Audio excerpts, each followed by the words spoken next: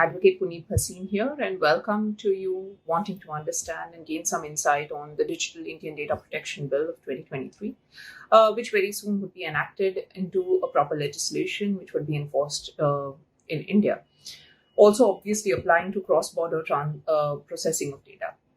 Now, this series actually I came up with having these short videos about the applicability of the Act, the nature of penalties, what are the duties and obligations of data processors, right of data subjects, in short videos to be able to make it encapsulated in small forms for easy understanding in a simple language, which I hope all of you would be able to understand the implications and understanding of this Act as just a layman would.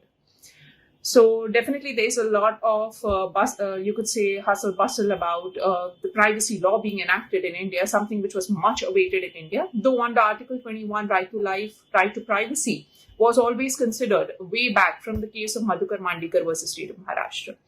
But how is it that this particular bill or this particular law, when enacted, what is going to change for individuals, for organizations? Let's take understanding of that, a short understanding of that. Let's come to the first part, which is the applicability of the Act.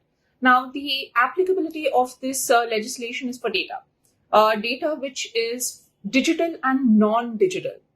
So what does that imply? That basically implies that if you are an organization which is handling for business purposes or collecting data for any activity, or an individual for commercial purposes doing this, it does not only, though the Act says Digital Indian Data Protection Bill, though the bill says in Digital Indian Data Protection Bill and would become an act of the same name. However, it is actually covering digital data, which is in the digital format, but also physical data, which means whatever physical data that you have in your organization. It may not be data which is stored on a computer. It may not be data which is obtained in a digital format, which means your files, which means anything and everything in the physical format where you have collected data, which is about an individual. It could be about an HUF, it could be about a company, a firm, all of which is these entities are taken within the definition of the word person. So when we are talking about data, we are talking about personal data, which means data about a particular person. Now, the word person, as I just told you, encompasses firm, HUF, individual, corporate entity, any association of people, a trust. So data pertaining to all of these, which is being processed by any organization or individual for commercial purposes, is covered under this Act. So when you're looking at whether the Act is going to apply to you, irrespective of size of organization, so whether you are a small organization, a medium scale organization, a multinational organization, end of the day, if you're processing data and that data is pertaining to the categories which are mentioned as person, and can identify, the data is such that by viewing the data, it's identifiable that it belongs to a particular person, including, as I said, company, firm, HUF, association, trust, etc., etc. So including all those categories, if it's identifiable, then in that situation, you have to be compliant with the Indian Data Protection Law. So that is the first thing. Now, again, coming back to the point that it's not only referring to digital data, it is also referring to physical data. So if you are an organization or an individual dealing with physical data, then that does not mean just because the name of the Act says Digital Indian Data Protection that you are completely off the hook. You would still have to indulge in the compliance and ensure that your organization is complying with the Act because you have physical data. So this is one of the major aspects about applicability of this law, because one of the things, a large number of people, individuals, organizations, when the whole presentation of the bill in the Lok Sabha started getting in touch with me that are we really within the ambit of this? Do we need to comply? Should we worry? So if you are coming within any of these aspects which I have discussed right now, then yes, you need to comply. I don't say you need to worry, but I would definitely say that you need to take the next steps towards compliance, because once the law is enacted, there's a certain timeline which is provided to you to comply with this. Now, the Act, pretty much like the GDPR, does have a definition of who is a data principal. So a data principal would mean any individual organization whose data you are processing. Processing itself is a very, very vast word and terminology. So by processing, you just don't mean digital processing. It also means physical processing. So not just automated processing, computerized processing, it is also referring to physical processing of data. It is referring to storage of data. It is referring to every single act that is performed on the data. So it's a very vast terminology, which again brings about, you could say, a different plethora of compliances for almost all organizations, because today everybody is dealing with data. Whether you are an organization which may not be from the IT space, but yes, you are handling data of other organizations, data of individuals. So you could say, in a way, everybody is coming within the ambit of the Indian data protection law. And we need to work towards that compliance and ensure that you are not falling into the issue of having penalties being imposed. Again, one of the things a lot of people got in touch asking, the kind of penalties, 200 crores, etc. Is that even real, and does this even apply to us? One of the major reasons for people having you could say a lot of apprehension about what is this law, what is it, because of the nature of penalties, much more than what the laws abroad pertaining to data privacy are encompassing. So yes, the penalties in this act are really high. There's a separate authority which is there to deal with it. In the next few sessions where I will be conducting, I will be mentioning it online, small capsules about which data protection authority is going to be there in India, how it is going to work. How exactly there will be a capsule which will be there online again as a continuation in the series about how you can legitimately process data. How do you go about handling data subject or data principal rights as an organization? What are the steps that you need to take? So in short capsules of 10 minutes, there would be each of these subjects that would be touched upon. And yes, one of the most important aspects, concept of consent. Something which in India has never been, you could say, taken up by individuals also and by organizations also. So if we try to blame them that, they are processing data without consent as of now, today in India as individuals, we have also never really demanded consent. So I'll give you a simple example. In India, the concept of consent was so non-existent, or is also still so non-existent, that we are open and okay to share data. That's one of the reasons why we are one of the major hotbeds for social media organizations wanting users out here, because we want to share data. A simple example being, today, if you walk into a party in India, people are open to talk about their family. You can ask them, okay, where does your wife work? And the same thing, if you would look at some particular countries, like nations which have, certain European nations, I will not name them, wherein if you would end up asking about the family, let's say, or about where your wife works, it's taken as something highly offensive. That, why are you trying to, you could say, intrude into an individual's privacy? So in India right now, we don't have that concept or mindset of privacy. And one of the key things that is going to be there is building this mindset of privacy at an individual level and an organizational level. So just to put it up in a nutshell, this particular module, which was about the applicability of the Indian data protection law, applies to both digital and physical data, applies to all individuals processing data for commercial purposes, all organizations processing other organizations' data, storing other organizations' data, doing the entire plethora list of processing activities on other organizations, individuals' data, endpoint individual data. All of this comes within the ambit of this particular act. The processing can be physical, about data processing, both digital, and physical. So an organizations which may be small, medium, large, everybody coming within the ambit of complying with the data protection law. One of the reasons also being the building of privacy within the country. So the applicability is to individuals, to organizations for both digital, physical data, and the concept of data processing, which we will be seeing in the next module, which I will be sharing shortly. The applicability is also with respect to data, which encompasses the definition of data breach. Something very crucial again to touch upon, that data breach, which doesn't only include unintentional data loss, unauthorized access, but also accidental data breach, accidental data loss, destruction of data. So you cannot really plead that, I was not having knowledge of the same, or that somebody, you could say unauthorizedly accessed my systems, that, it was absolutely accidental that the data was lost. So the concept of intention per se does not seem to exist in this act. So one of the major things in criminal law that we have mens rea, which is you need to have a guilty mind. The Indian data protection law does not have the concept of a guilty mind. So you need to understand that as an organization, when you are looking at this compliance, the law is not going to see whether you had the intent the intent behind why a particular data breach occurred. It is going to be presumed that you are having a guilty mind, and even accidental data losses and breaches are going to be treated just as the same way that you could say intentional data breaches would be treated. So with this, I would end this short capsule, and we will again have the next short capsule, which is going to be on the Indian data protection law, which primarily is going to be about the legitimate means of processing in India, how you can go about processing data. Do stay connected.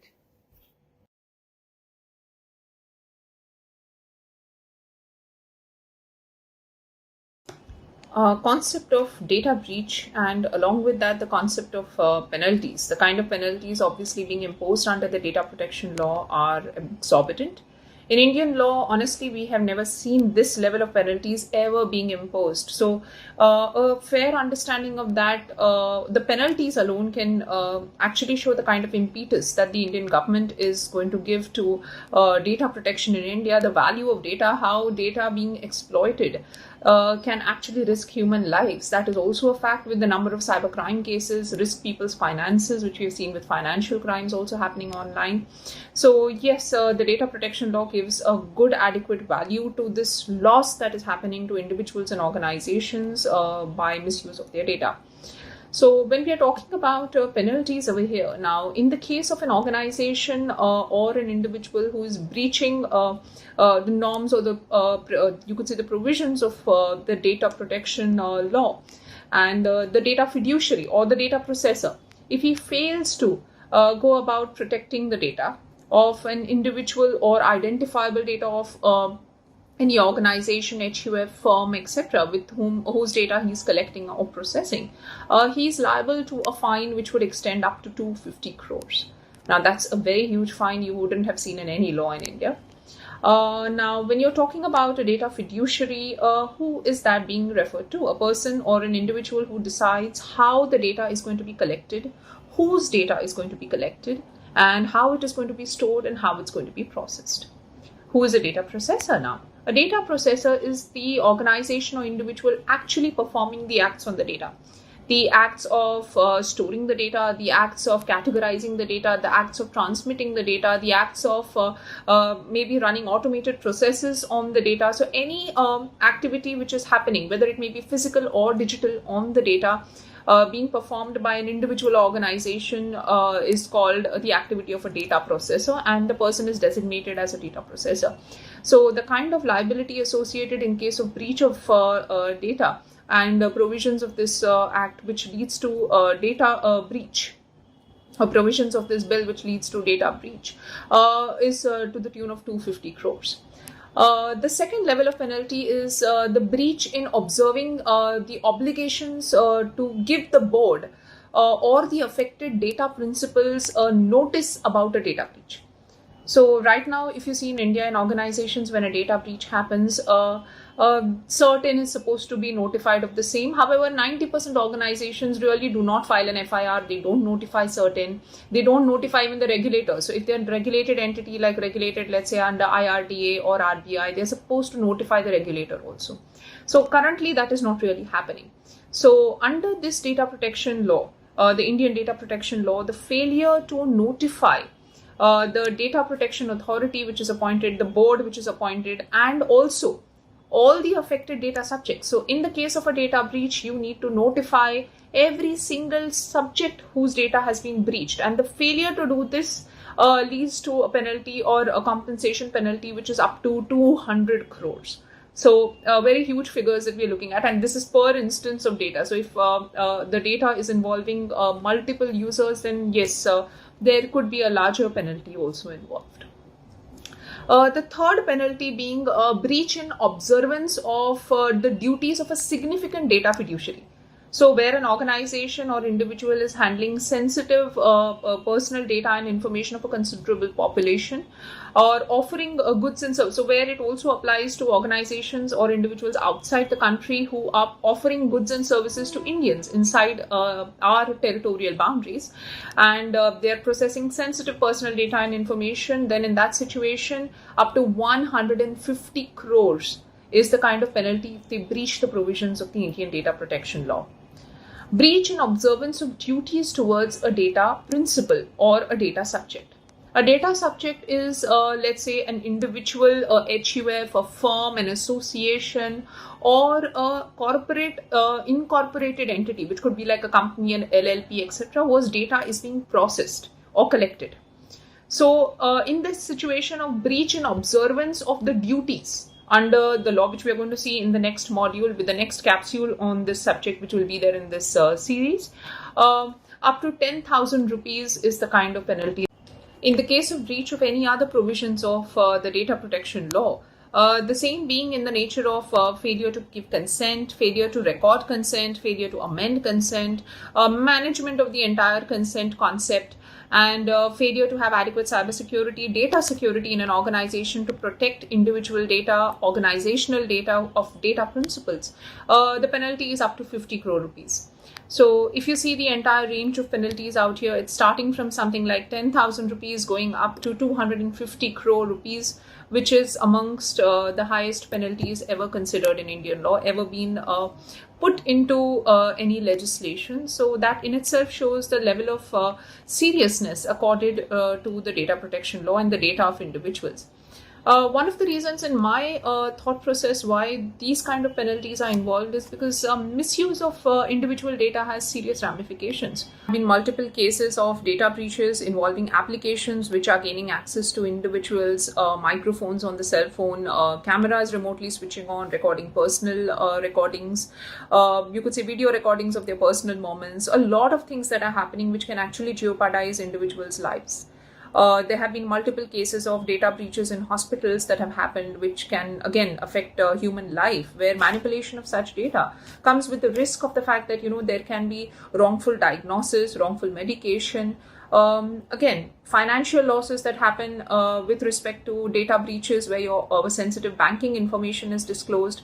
There are applications today which are in the nature of malware in, you could say, routine applications which you have on your cell phone which you're downloading, which if the cell phone, which the applications online, like let's say which you've downloaded, which may be shopping apps, which may be apps for any other service being provided to you, if they fail to have adequate cybersecurity, if they fail to protect your data, they do not have adequate safeguards. The risks coming in out here being that, there could be malware which is through these applications on your phone can end up even accessing and viewing your financial information, which includes OTPs for transfer, your OTPs, it can access your banking information, banking applications, and the kind of risks involved being tremendous, and your savings, your money being at risk. So yes, it's a very positive step taken wherein the penalties are so high and data of individuals being given value under this law. So stay safe, stay connected, and yourself, your organizations work towards data protection.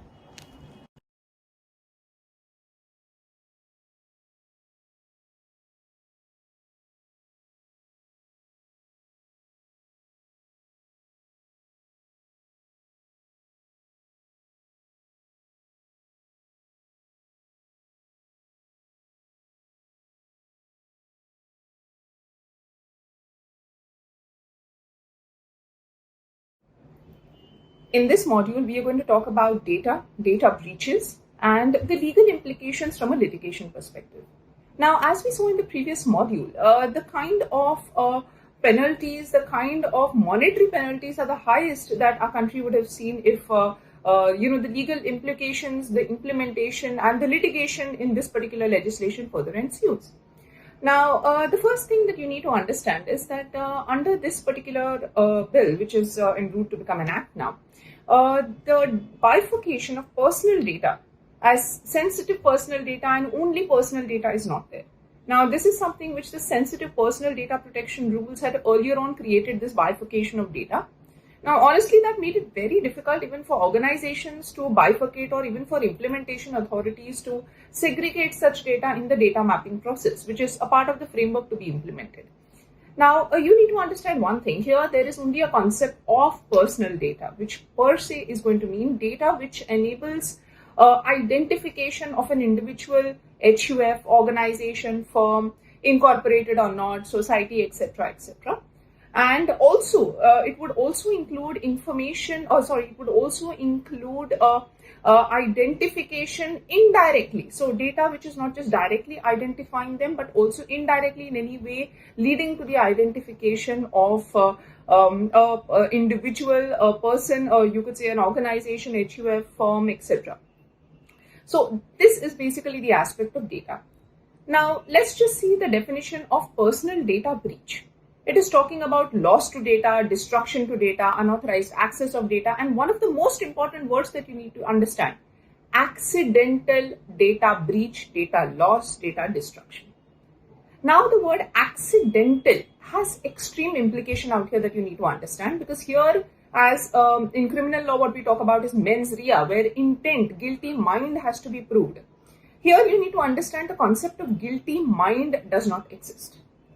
So accidentally, you may, not have adequate security and your data is lost, or there may be a situation in your organization where an employee is stealing your data.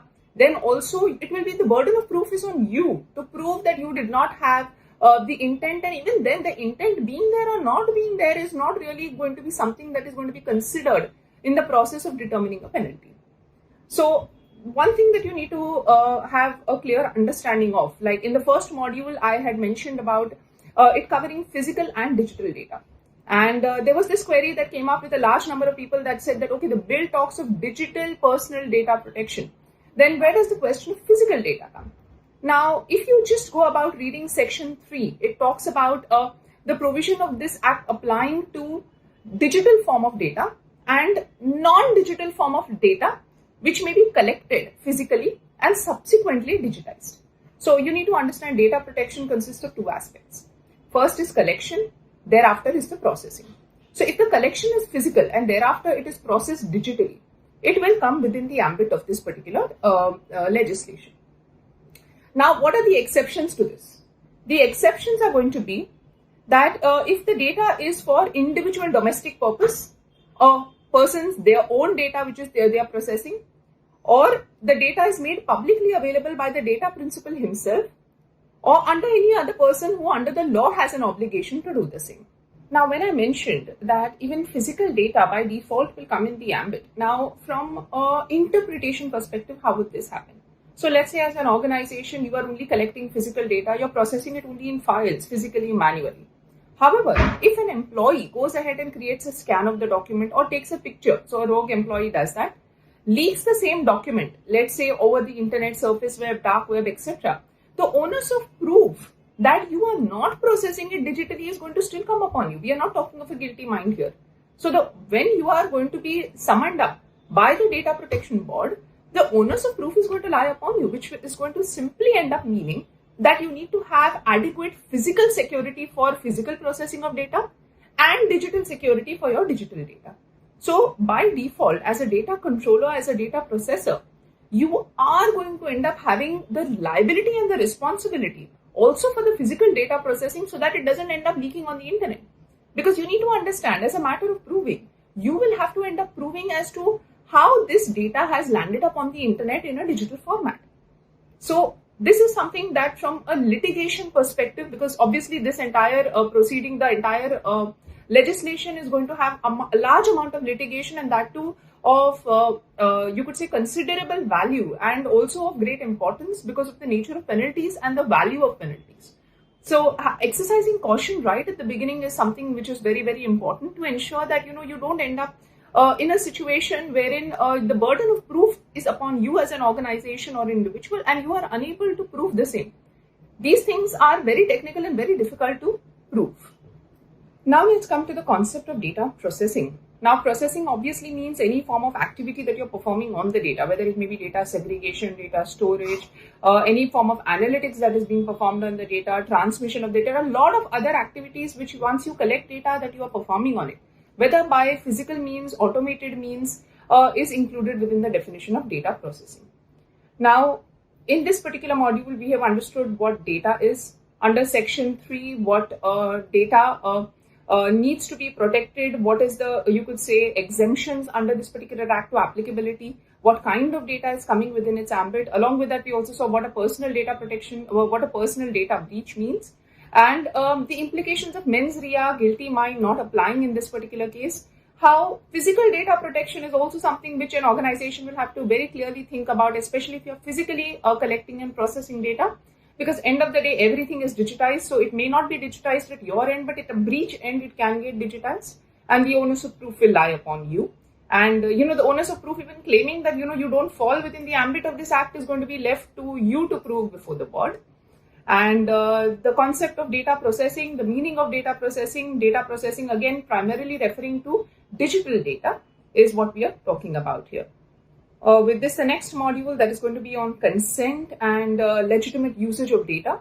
And along with that, we will try to squeeze in even the breach notification aspects.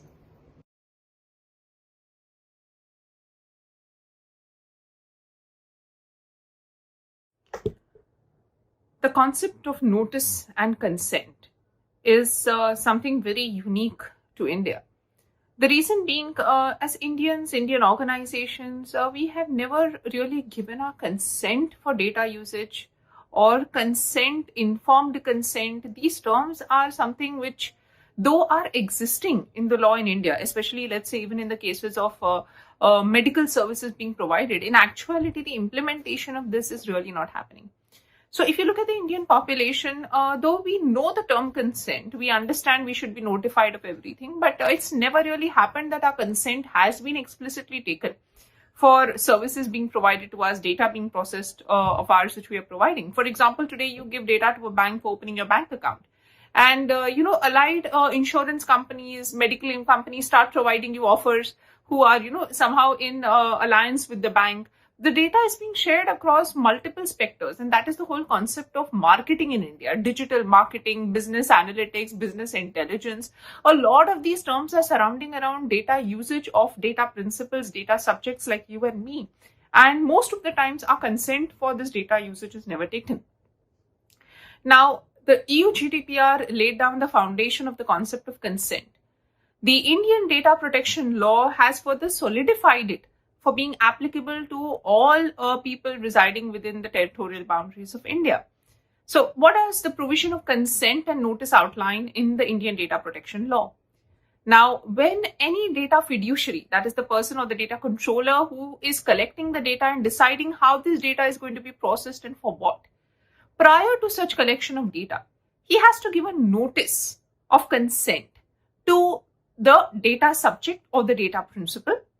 This particular data subject or principal, the notice that is received has to be very comprehensive, mentioning why this data is being collected, how it will be processed, for what is it being collected. In the event the data principal wishes to withdraw consent, how can he withdraw consent? The rights of a data principal, there is a plethora of rights, a list of rights literally that are mentioned in the act, and these rights have to be informed to the data principal. How he can exercise these rights? There has to be a link provided whereby he can get back to the data, a fiduciary with respect to exercise of his rights.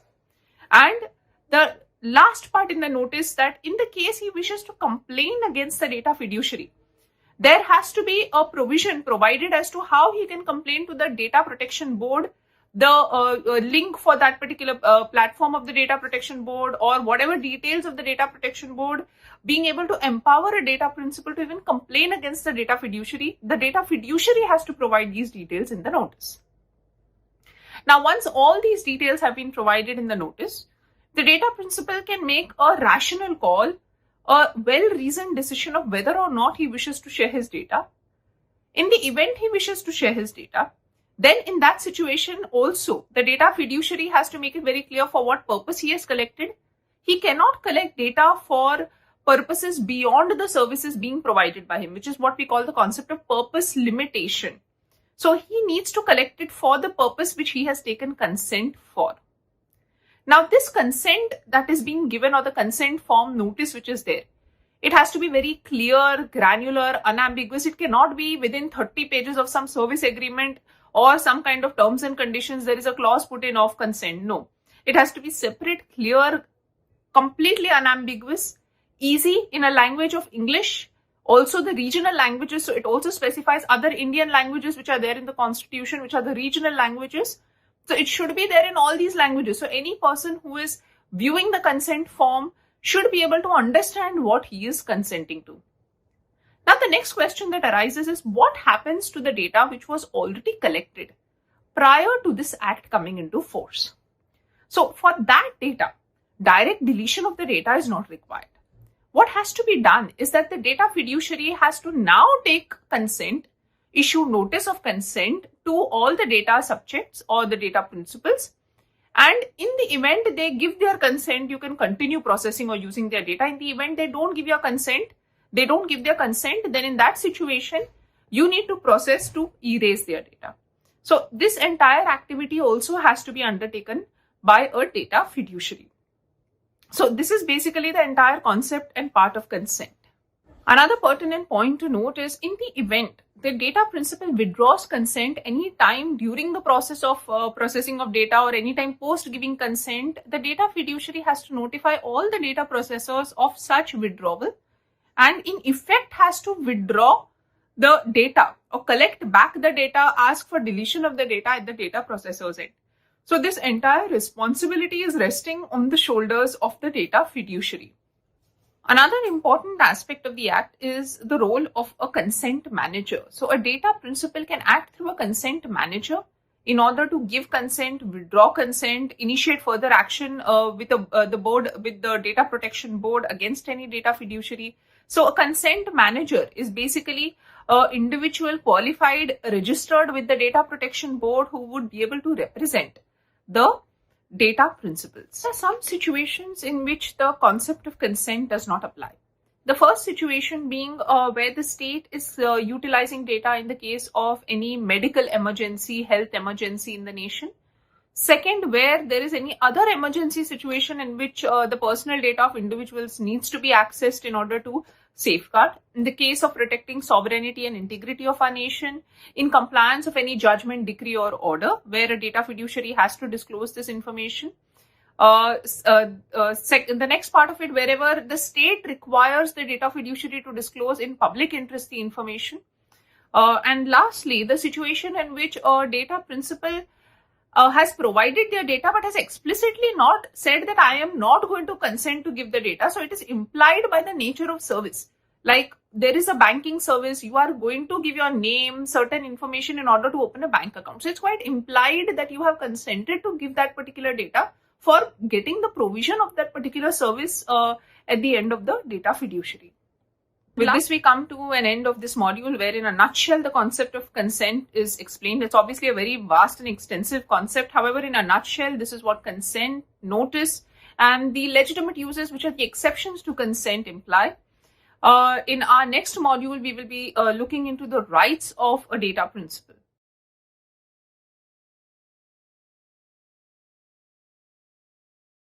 Module 5 deals with the rights of a data principal. So we already saw in the previous models, a data principal is the person or the individual, HUF, organization, association, incorporated body, whose data is being collected or processed. Collected by a data fiduciary. He's the organization or individual or professional who determines why, what data is being collected, and also determines who the data processor is going to be, how the data is going to be processed. A data processor is the person or the organization appointed by a data fiduciary, and the entire objective being to process data, whether by physical means, automated means. The digital data which is being processed is being done by a data processor. Now let's come to the rights and duties of a data principal. In a nutshell, in a very short way, I'm going to explain that to you. So the basic rights which the Act accords and provides to a data principal is that he has, first of all, the right to know what data of his is being, you could say, processed. Like today, he has the absolute right to reach out to any data fiduciary and ask them, what data of mine do you have and how are you processing it? A data fiduciary is responsible in order to revert to that and provide a summary of the data being processed. The second right that he has is to know who are the data fiduciaries who have his data and how exactly his data is being processed and who are the data processors. And this data also has to be provided to him by the data fiduciary in case a data principal decides to exercise this right. The third is he has a right to nominate any person if post his demise or his disability in that situation who can exercise his rights on his behalf. The next right is the right to erasure or the right to be forgotten in other terms, wherein he has a right also to reach out to the data fiduciary and tell them, please erase my data, I want to be forgotten completely. Now, subject to certain conditions which are there where by law the data may be mandated to be maintained, yes, the data fiduciary has to comply. The next is the right to update data and ensure the correctness of the data. So a data fiduciary also has to comply with the request of a data principal pertaining to correctness or updation of new data. The next is right to grievance redressal. So a data fiduciary has to appoint, where the case may be where it's a significant data fiduciary, a data protection officer, or in other cases a consent manager, who has to be the one point contact wherein a data principal can raise their grievances, can reach out to these people, whether the data protection officer or a consent manager, with their concerns and to exercise their rights. Now, before any data principal approaches the data protection board, they have to exhaust the remedy of first approaching the DPO or the data protection officer or consent manager. And if their adequate redressal doesn't happen or redressal doesn't happen is when a data principal can approach the board. Now let's see the duties of a data principal. First of all, the duty not to impersonate any other person and provide false data, false personal data. The second important thing being not to file false and frivolous cases before the data protection board. Comply with all the provisions in force with respect to data and data compliances. Lastly, not to suppress any information or personal data while providing it to a data fiduciary and at any other later point raising complaints and issues of the data being incorrect.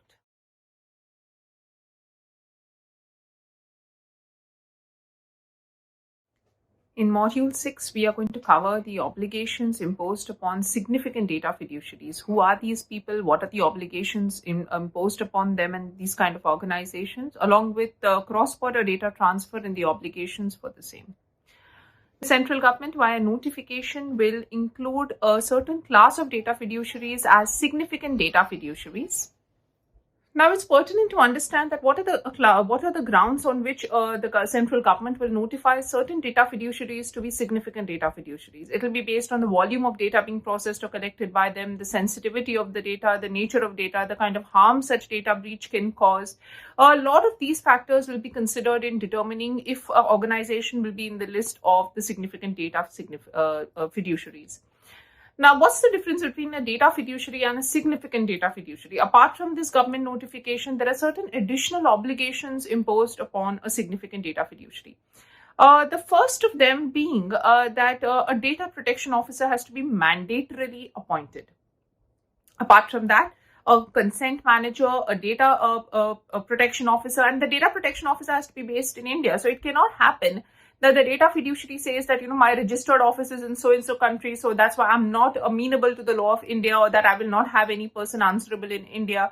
He has to have a data protection officer in India who's answerable to the Data Protection Board of India. This data protection officer has to be a one-point contact for all grievances of data principals and also issues or questions raised by the Data Protection Board of India. The next important thing is periodic data audits have to be performed. So data audits of the compliance of this particular law has to be mandatorily performed by in cases of organizations who are significant data fiduciaries. Apart from this, they need to maintain reasonable securities practices, which is with respect to cyber security and data security. And additionally, along with this, there is an obligation of data protection impact assessment, which is posed upon them, wherein they need to periodically conduct data protection impact assessments also. Now, with this, basically, in a nutshell, I hope you all have understood the obligations, the legal obligations imposed upon data fiduciaries in India, irrespective of whether they are providing services from outside India. As long as they are providing services into India or goods into India, they are going to be covered under the Indian legal regime. And if they're dealing with sensitive data, they are dealing with a large volume of Indian data, in that situation, they will be considered as significant data fiduciaries in India. Now, with this, we come to the very controversial topic of cross-border data transfer, which was being highly debated even prior to the passing of this act. So, cross-border data transfer over here is also regulated by this act, wherein the central government has the power by notification to disallow the transfer of certain categories of data outside India. So, by regulation, by rules framed under this act, they can actually demarcate data that can be processed outside India and data that cannot leave Indian boundaries. The second most important aspect of cross-border data transfer, which I clearly mentioned to you even prior, wherein a significant data fiduciary is located outside India and providing services into India, he needs to comply with this Indian law. He cannot really state that, I am amenable only to the law of the land where I'm incorporated. If he's providing services into India, he needs to comply with this law, have a data protection officer located in India. With this, we come to an end of this module, and in the next module, we'll be seeing the authorities under the Act.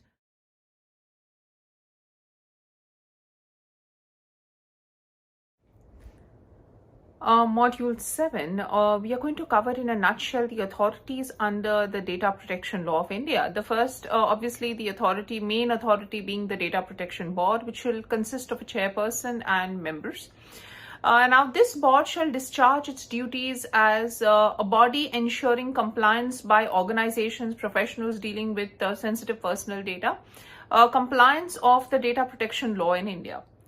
Now, when is it that they exercise their powers? The first thing wherein there is a complaint that is filed with them. So a complaint in writing is filed by them by an affected person or by a representation through a person representing on behalf of a complaint on behalf of a complainant who is the affected person.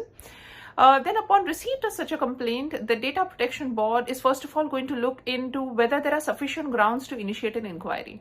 In the event there are sufficient grounds in the complaint to initiate an inquiry, then they will go ahead and summon. They have the powers under the Civil Procedure Code to summon the other side organization, individual, professional, who is basically the alleged accused in the matter, or the person alleged to have committed a breach of the norms or the rules or the laws laid down under the Indian Data Protection Act.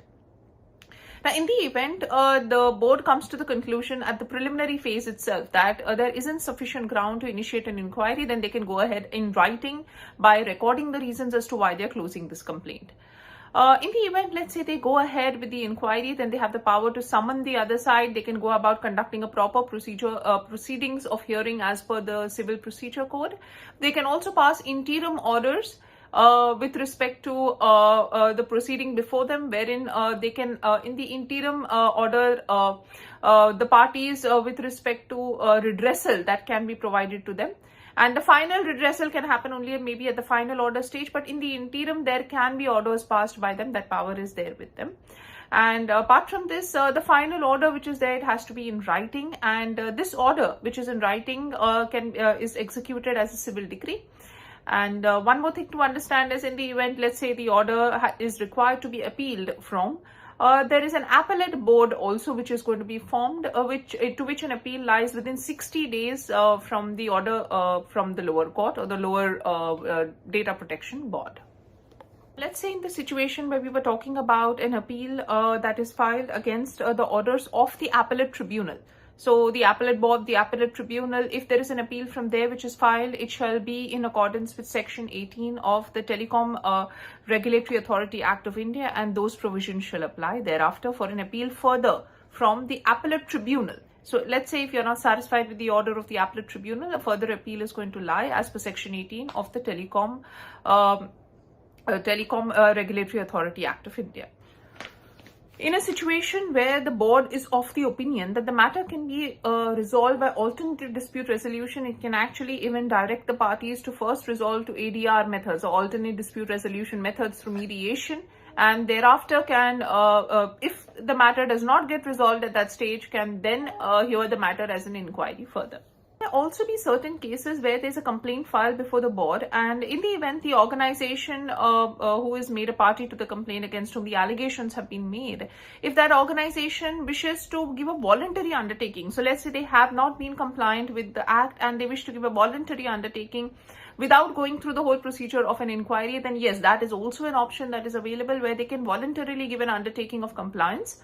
Whatever basic penalty that will be imposed can be imposed, and in the event, after giving an undertaking, if they do not comply with the undertaking they have provided, then in such situation, the breach of the voluntary undertaking shall be considered to be a breach of this act for purpose of penalties. So the breach of the act for the purpose of penalties have penalties up to 250 crores based on the level of non-compliance, the provision which is violated.